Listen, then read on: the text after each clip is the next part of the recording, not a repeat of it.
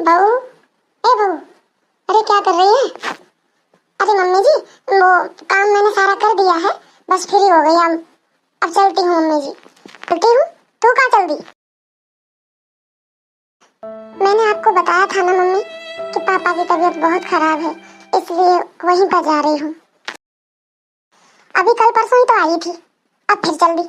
रोज रोज का तमाशा बना रखा है तूने भी। क्या करूँ मम्मी जी, उनकी देखभाल करने वाला कोई नहीं है। ना वो ढंग से खाते हैं, ना ध्यान रख पाते हैं, ना दवाई लेते हैं। कम से कम मैं घर का काम कर आऊंगी और उन्हें खाना पीना खिला के दवा खिला के आ जाऊंगी। मम्मी जी, रोज का तमाशा बना रखा है तूने। मैं तो दुखी हो गई रोज रोज के नाटक से। रोज चल देती है मायके। मम्मी, भाभी अभी आई नहीं? आज बड़ी देर लगा दी आने में। हाँ बेटा, सोच तो मैं भी यही रही हूँ। क्या करूँ, मैं तो परेशान हो गई। इसके बाप की नौटंकी से दुखी हो गई मैं तो। पता नहीं कब ठीक होगा, कब हमारा पिंड छूटेगा।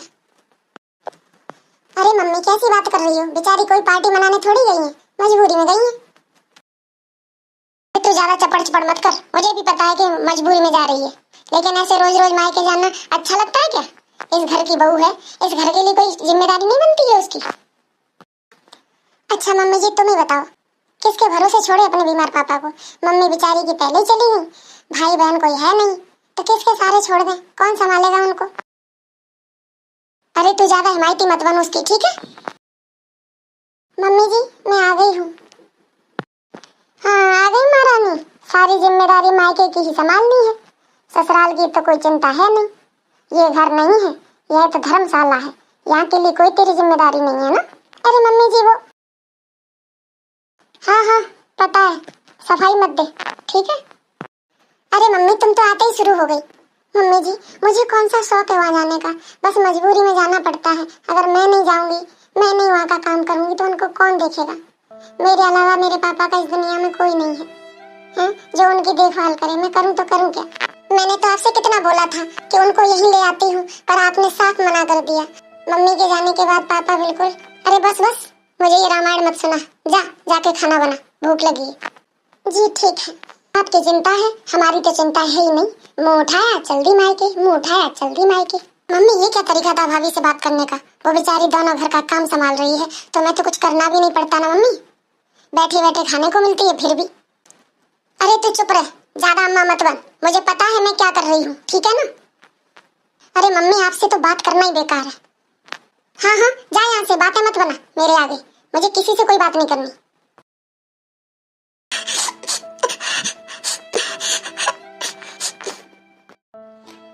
अरे भाभी, आप रो रही हो? हाँ दीदी, बोलिए। भाभी, मैं बस यही कहना चाह रही थी कि आप मम्मी की बातों को दिल पे मत लेना, ठीक है? क्या करूं, मम्मी को इतना समझाती हूँ पर नहीं दीदी, कोई बात नहीं। उनकी बातों का क्या बुरा मानना, और फिर मानूंगी भी तो कहाँ जाऊंगी, कहाँ जगह है मेरे लिए? अरे भाभी, मैं कह रही थी कि आप अपने पापा जी को यहीं पर क्यों नहीं ले आती? उनकी देखभाल भी सही से हो जाएगी और आपकी भागदौड़ भी बचेगी। दो दो जगह का काम करना पड़ता है, वो भी बचेगा। दीदी, मैंने तो पहले ही बोला था, पर मम्मी जी ने साफ मना कर दिया था। अरे हाँ, मैं तो भूल ही गई। भाभी, एक काम करो तो, मेरे पास एक बहुत बढ़िया जबरदस्त आइडिया है। क्या आइडिया है दीदी, आप बताओ। सच में ऐसा हो सकता है क्या?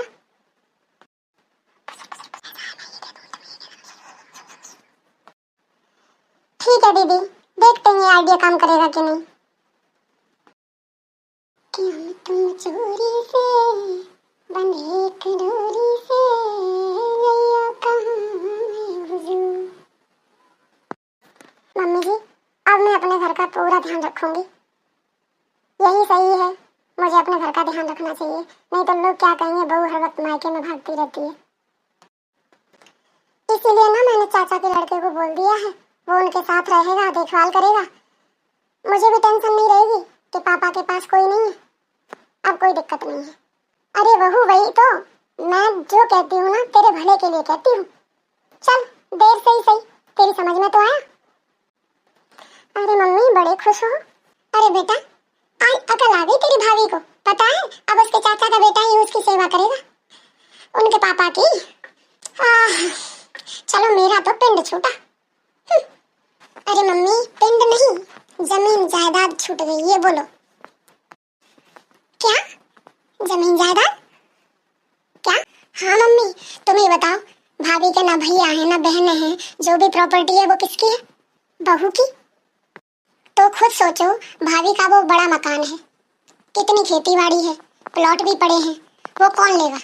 वही तो लेगा जो सेवा करेगा, और सेवा चाचा का बेटा करेगा, तो वही प्रॉपर्टी तो लेगा। अरे तू सीधी सीधी बोलना, गोल गोल बातें मत बना।